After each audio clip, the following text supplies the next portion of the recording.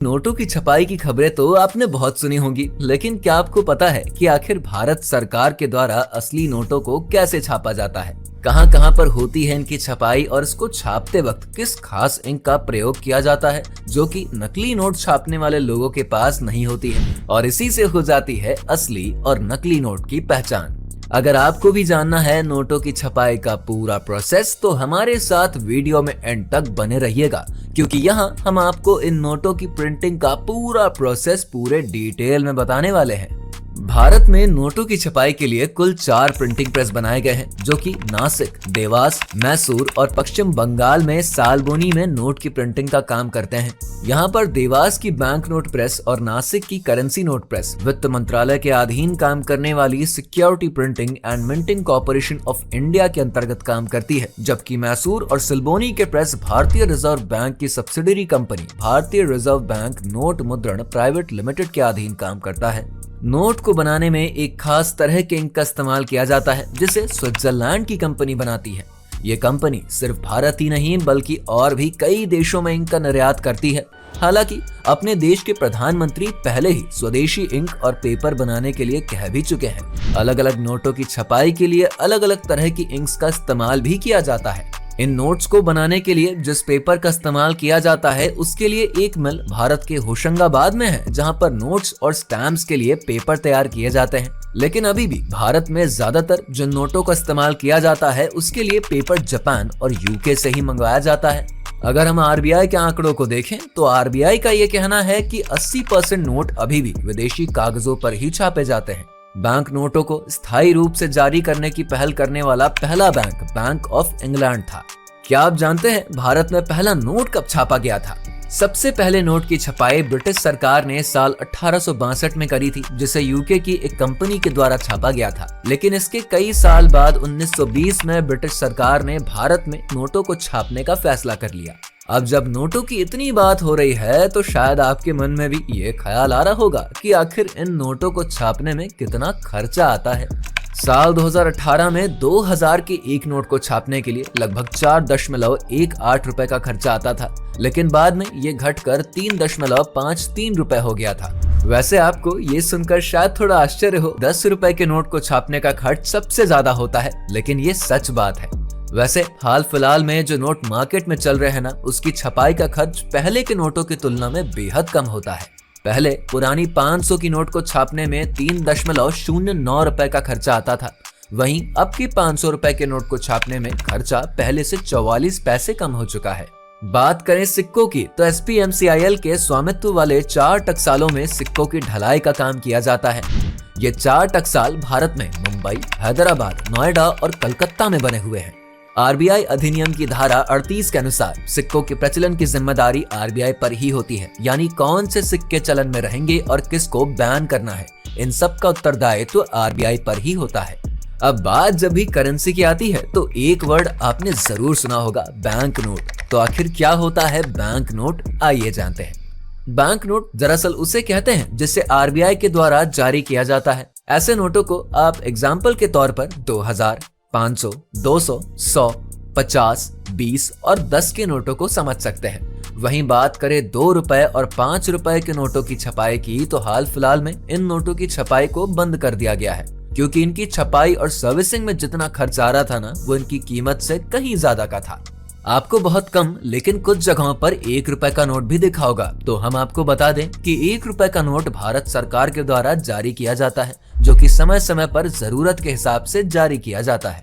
अब आइए ये जान लेते हैं कि आखिर विदेशों से भारत आए इन कागजों पर नोटों की छपाई कैसे करी जाती है।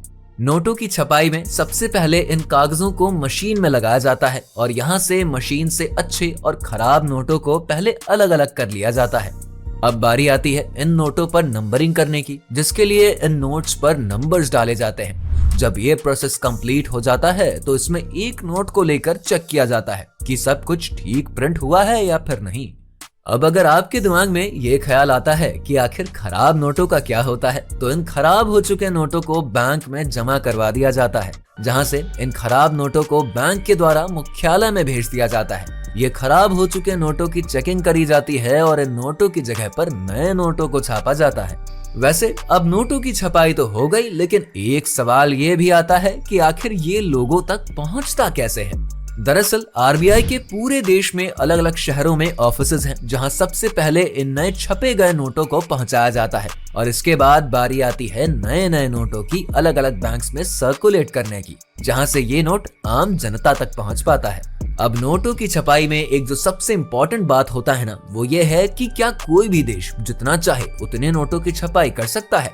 तो ऐसा बिल्कुल भी नहीं है कि कोई भी देश जितना चाहे उतने नोटों की प्रिंटिंग कर सकता है, बल्कि इसे सरकार, सेंट्रल बैंक, जीडीपी और विकास दर के हिसाब से ही तय किया जाता है कि नए नोट प्रिंट किए जाने चाहिए या फिर नहीं। साथ ही में एक बार में कितने नोट छापे जाने चाहिए ये भी देखना और तय करना आरबीआई का ही काम होता है।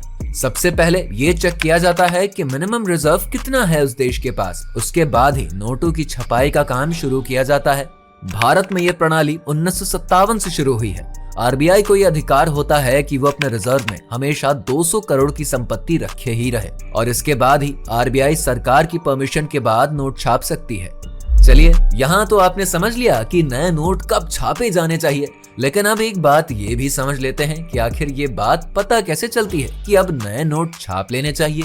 तो ऐसा नहीं है कि इसे सरकार या आरबीआई के द्वारा कभी भी छापा जा सकता है, बल्कि इसके लिए भी कुछ जरूरी गाइडलाइंस होती हैं। जैसे अगर बात सिक्कों की करें तो भारत के नए सिक्कों की ढलाई का काम रिजर्व बैंक ऑफ इंडिया के द्वारा करवाया जाता है। वहीं बात करें अगर नोटों की, तो 1 रुपए का नोट ही सिर्फ इंडियन गवर्नमेंट के द्वारा प्रिंट किया जाता है, जबकि बाकी के नोट्स आरबीआई के द्वारा छापे जाते हैं। लेकिन यहाँ भी आरबीआई के हाथ बिल्कुल स्वतंत्र नहीं होते हैं। वैसे आरबीआई चाहे तो 10,000 रुपयों तक के नोट छाप सकता है, लेकिन उससे बड़ी नोट छापने के लिए आरबीआई को भारत सरकार की परमिशन लेनी पड़ती है। आरबीआई सबसे पहले उन तमाम कारणों को देखता है और समझता है, जिसके बाद उसे लगता है कि अगर सच में नए नोट छापने की जरूरत है तो उसी अनुसार वो भारत सरकार से परमिशन मांगता है। यहाँ पर सरकार का रोल बनता है कि सभी पैरामीटर्स को ध्यान में रखते हुए आरबीआई से सलाह मशवरा करना और उसके बाद आरबीआई को नए नोट छापने की परमिशन देना, जिसके बाद नए नोटों की छपाई का काम शुरू हो जाता है। अब आइए ये समझते हैं कि अगर किसी देश में बिना किसी गाइडलाइंस को फॉलो किए और कुछ जरूरी मूल्यों का निर्धारण किए बिना अगर नोट छाप दिया जाए तो फिर क्या होगा। अगर ऐसा किया जाता है तो इससे उस देश की गरीबी तो दूर नहीं होगी, उल्टा उस देश की करेंसी जरूर डिवैल्यू हो जाएगी। इससे उस देश की अर्थव्यवस्था धड़ाम करके नीचे तो आ ही जाएगी, साथ ही वहां पर महंगाई भी काफी हद तक बढ़ जाएगी, क्योंकि अगर सरकार के द्वारा बिना कुछ नियमों का पालन किए बिना ज्यादा नोट छाप दिए जाएंगे तो लोगों के पास पैसे तो ज्यादा हो जाएंगे, लेकिन उनकी जरूरत के हिसाब से सामान तो उतना ही रहेगा। ऐसे में जिसके पास बहुत ज्यादा पैसे होंगे वो दुगनी कीमत देकर भी अपनी जरूरत का सामान खरीदने की कोशिश करेगा, जिस वजह से सामान की कीमत बढ़ जाएगी और बाजार में महंगाई भी बेवजह बढ़ जाएगी। और यही वजह भी है कि किसी भी देश में सरकार कुछ जरूरी मूल्यों के आधार पर ही करेंसी नोट्स को छापने का काम करती है। तो अगर अब तक आप भी ऐसा सोचते थे कि कोई भी देश जितना चाहे उतनी नोटों की छपाई करके अपने देश की गरीबी को दूर कर सकता है, तो ऐसा बिल्कुल भी नहीं होता है। ये बात अब आपको अच्छे से अगर आपको ये वीडियो पसंद आया हो तो वीडियो को लाइक करें और चैनल को सब्सक्राइब करें।